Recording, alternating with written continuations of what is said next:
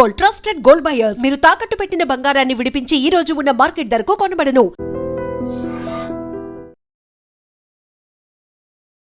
Then ఇప్పుడు చాలామంది societal expectations కోసం లైఫ్లో చాలామంది స్ట్రగుల్ అవుతున్నారు.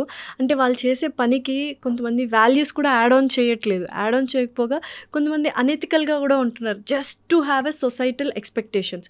అండ్ చాలా అది నార్మలైజ్ చేసేస్తున్నారు. ఎందుకు ఇలా జరుగుతుంది? అండ్ వాళ్ళ వాల్యూస్తో పాటు సొసైటల్ ఎక్స్పెక్టేషన్ కూడా పెట్టుకోవాలా, లేకపోతే just leave the society, we have to be our self?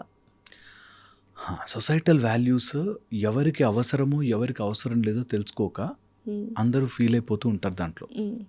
ఒక తప్పు చేసేవాడికి సొసైటీ వాల్యూ అవసరం. సొసైటీలో నేను తప్పు చేస్తున్నాను అంటే అరే సొసైటీ ఏమనుకుంటుందో నన్ను అని భయపడాలి. ఒక మంచి చేసేవాడు సొసైటీ గురించి ఆలోచిస్తూ కూర్చుండిపోతాడు. ఇలా చేస్తే వస్తుంది కానీ ఏం లాభం అండి, అందరూ నన్ను ఏమనుకుంటారు. అరే నువ్వు పాజిటివ్గా, నేను ఒక ఎగ్జాంపుల్ చెప్తాను. ఒక ఆవిడని, ఒక వాళ్ళ హస్బెండ్ 15 yearsగా రోజు తాగేసి వచ్చి ఉన్న డబ్బులు గుంజుకెళ్ళి రోజు కొడుతుంటాడు. ఏం చేయొచ్చు? What possible answer? Get rid of him, damn it. ఎన్ని రోజులు ఉంటావు కదా, డైవర్స్ ఇవ్వచ్చు. ఓకే, 15 ఏళ్ళ నుంచి తన్నులు తింటూ.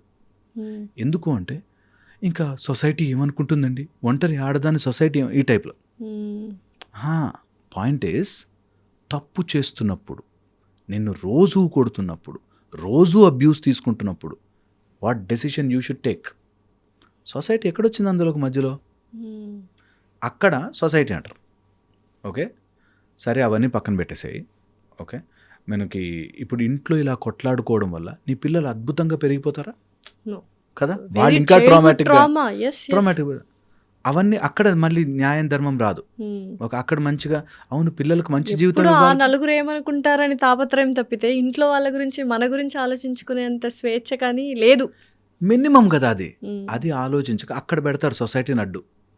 మనం బయటికి వెళ్ళిపోతే సొసైటీ ఏమనుకుంటుంది? ఓకే, సొసైటీ రోజు నీ ఇంట్లో కూర్చున్న గొడవలకి ఏమనుకోదు, కానీ నువ్వు బయటికి వెళ్ళిపోతే అనుకుంటుందా? ఇంత సింపుల్ పాయింట్. నేను అందుకే అంటాను, సొసైటీని తప్పు చేసేటప్పుడు అడ్డుపెట్టు. నేను దొంగతనం చేయాలంటే అరే నన్ను ఒక దొంగ అంటుందిరా సొసైటీ అని పెట్టుకోవచ్చు. ఇంట్లో నేను రోజు టార్చర్ అనుభవిస్తుంటే సొసైటీ ఏమనుకుంటుందని ఆలోచిస్తాడు. ఆశ్చర్యకరంగా తప్పు చేసేవాడికి తొందరగా పట్టుకుంటా. అందుకే సినిమాల్లో కానీ ఒక రూడ్ వాడు బూతులు మాట్లాడేవాడు హీరోగా చూపిస్తే టక్కుమని అంటుకుంటారు. ఎందుకంటే తప్పు చేయడం ఫాస్ట్గా గ్రాస్ప్ చేసుకుంటారు, మంచి చేయడానికి వాళ్ళు ఏమనుకుంటారు వీళ్ళు ఏమనుకుంటారు అంటారు. అయ్యో ఇప్పటికీ కూడా ఇన్నేళ్లుగా మనం ఇన్ని చెప్తున్నా కూడా ఇప్పటికీ వచ్చి మా సడ్డకుడు ఏమనుకుంటాడు, మా తమ్ముడు కొడుకు ఎలా ఫీల్ అవుతాడు, మా మేనమామ వాళ్ళ ఏమనుకుంటారు, ఆ పక్కింటి అంకులు ఏమనుకుంటాడు అని దాంట్లో ఉంటారు.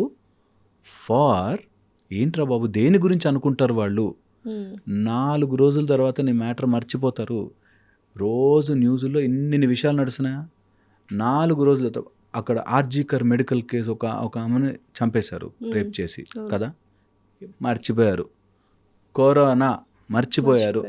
అరే పీపుల్ విల్ ఫర్గెట్. నీ గురించి ఆలోచించుకునే టైము తీరిక ఎవ్వడికి లేదు. ఎవరి గోల వాడిదే, ఎవరి బ్రతుకులో వాళ్ళు బిజీగా ఉంటారు. పోతూ ఎంటర్టైన్మెంట్ కోసం మాట అనుకుంటారు. అది మనకేం నష్టం లేదు. It doesn't matter. ఇలా అనగానండి, నేను నిజం చెప్తున్నా, ఇలా అనగానే టక అని 10 అడ్లు పెడతారు. ఆ బయట వాళ్ళ గురించి నేనేం అనుకోను సార్, కానీ మన వాళ్ళు, మన చుట్టాలు, ఓకే ఆ చుట్టాలని రోజు ఒళ్ళో కూర్చోబెట్టుకుని ఎత్తుకుంటామా? కాదుగా, వాళ్ళు అక్కడ ఉంటారు కదా. ఆ చుట్టాలు కూడా ఓకే సార్, మా ఇంట్లో వాళ్ళు అనుకుంటారు. వాళ్ళందరూ అనుకోవడం కాదు, మనని మనం అనుకుంటున్నాం. ఈ పాయింట్ మిస్ అవుతారు.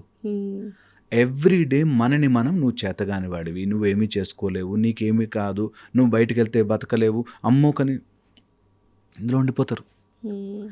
సో ఐ ఫీల్ ఒక్కసారి లాజిక్ బ్రెయిన్లోకి ఎక్కి ఇట్లా పాస్ అయిందంటే revolution, it's just transformation. That నేను వాళ్ళెవ్వరి గురించో ఎంటర్టైన్మెంట్ కోసం బతకట్లే, నా కోసం సొసైటీలో ఉన్నాను కాబట్టి ఒక పద్ధతి కోసం బ్రతుకుతున్నా. అంతే.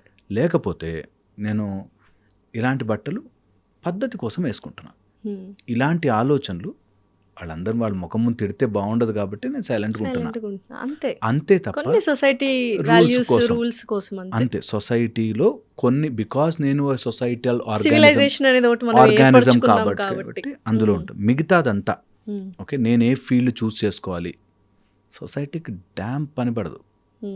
ఓకే, నేను ఎలాంటి ఆహారము తినాలి, సొసైటీతో పనే లేదు. నేను ఎలాగ ఉండబోతున్నా, ఇప్పుడు మొన్న రీసెంట్గా ఒక అమ్మాయి వచ్చిందండి, తనకి డార్క్ ఉంటుంది, కొంచెం ఎత్తుపళ్ళు ఉంటుంది. బికాజ్ నేను డెంటిస్ట్ కాబట్టి నా దగ్గరికి ఎత్తుపళ్ళు ఉండడం వల్ల రిజెక్ట్ చేస్తున్నారు నన్ను. ఓకే, పెళ్ళి కావట్లేదని మా అమ్మా నాన్న ప్రెషర్ పెడుతున్నారు పళ్ళ గురించి. నేను స్ట్రైట్ ఫార్వర్డ్ చెప్తా, ఇప్పుడు నీకు పళ్ళు నచ్చలేదు అనుకో, చేంజ్ చేసుకో. వాడెవడో పెళ్లి చేసుకోవాలని పళ్ళు గురించి చెక్ చేయకు. ఎందుకంటే రేపు పొద్దున నీ పళ్ళు బాగాలేవన్నవాడు నీ ముక్కు బాగాలేదంటాడు, కళ్ళు బాగాలేదంటాడు, నీ బిహేవియర్ బాగాలేదంటాడు, అన్నీ మార్చుకోలేవు. ట్రూ. సో నీకు నచ్చలేదే, నాకే పళ్ళు బాగా అనిపించట్లేదు, క్యాల్కులస్ వస్తుంది, నాకు తినడానికి ఇబ్బందిగా ఉంది, రేపు పొద్దున ఫ్యూచర్లో డెంటల్ ఇష్యూస్ వస్తాయి, లేదా నేను అందంగా ఉండాలి, కాన్ఫిడెంట్ గా నాకు ఉండాలి, నేను ఉండాలి, నాకు నేను. ఆ కాన్ఫిడెన్స్ కూడా అవతల వాడి నుంచి రాకూడదు. నాకు నేను I want to see my teeth beautiful, good, go head. Okay. నాకు I want to be like, నేను ఎవడి పర్మిషన్ కోసం ఎంటర్టైన్మెంట్ పీస్ కాదు. So what did she decided to do? చాలాసేపు చాలా డిస్కషన్ అయ్యాక కానీ అంటే పెళ్లి కాకపోతే ఒకళ్ళే ఉంటారు, ఇట్లా రకరకాలు ఉంటాయండి. ఇంకా మైండ్ ని బాడీని మనం ఆ రకంగా ట్యూన్ చేసేసి సో ఉంటారు. Many conditions. అవన్నీ ఓకే సార్, కానీ ఇట్లా ఉంటే ఎవరు పెళ్లి చేసుకుంటారు సార్, లేకపోతే ఇట్లా ఉంటే ఇప్పుడు ఆ పెళ్లి జరగకపోయినా ఓకే, వాట్స్ బిగ్ డీల్? నువ్వు హ్యాపీగా బతకగలవా? రేపు పొద్దున చేసుకున్నవాడు ఇంకోటి ఏదైనా వంక పెట్టి వదిలేసిన నువ్వు సంతోషంగా బ్రతకగలవా?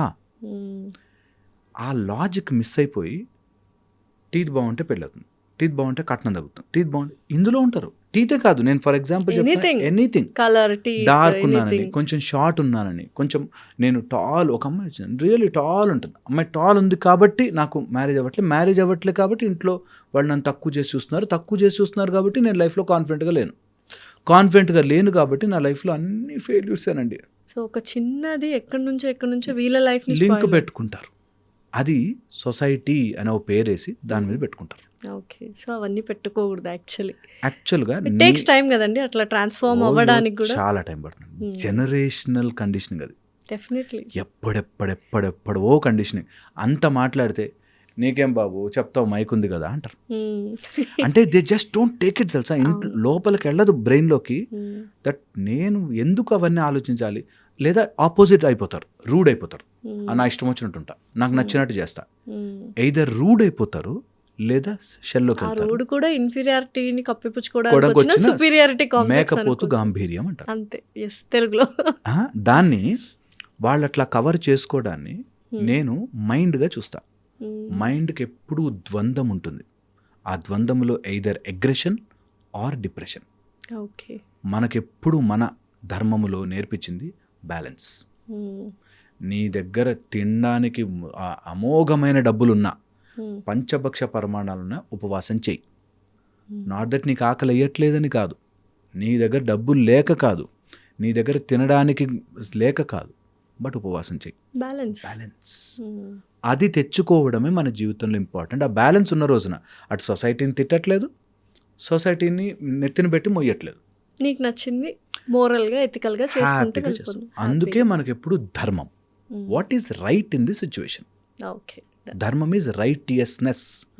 మంచి ఏంటి ఇక్కడ, రైట్ ఏం చేయొచ్చు, నేను కరెక్ట్ ఏం చేయొచ్చు అన్నది చాలా చాలా ఇంపార్టెంట్. అప్పుడు సొసైటీ అనే బరువు దిగిపోయి నేను ఇప్పుడు ఏం చేయొచ్చు, అది ఆలోచిస్తాను అంతే. ఇప్పుడు నేను ఈ పరిస్థితిలో నాకు ఆనందాన్ని కలిగించేది, ఇతరులకి దుఃఖము కలిగించనిది, నేను నా జీవితాన్ని మెరుగుపరుచుకోగలిగింది ఏం చేయొచ్చు. సింపుల్ లైన్, అంతే. అంతే. ఓకే.